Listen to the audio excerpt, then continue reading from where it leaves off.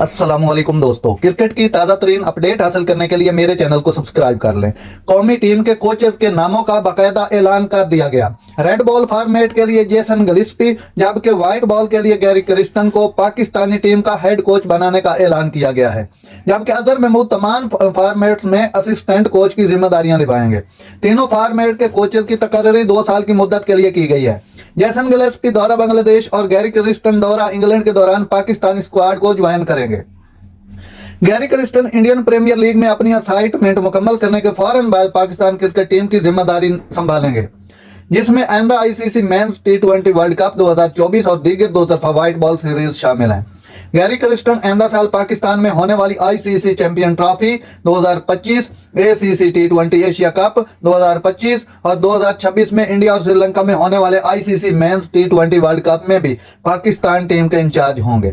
Jason Gillespie अगस्त में ICC world test championship के सिलसिले में बांग्लादेश के खिलाफ होम सीरीज में अपनी जिम्मेदारी का आगाज करेंगे, जिसके बाद 2024-25 के सीजन में इंग्लैंड के खिलाफ अक्टूबर में होम सीरीज और दिसंबर में जनूबी अफ्रीका के दौरे वो टीम के साथ होंगे।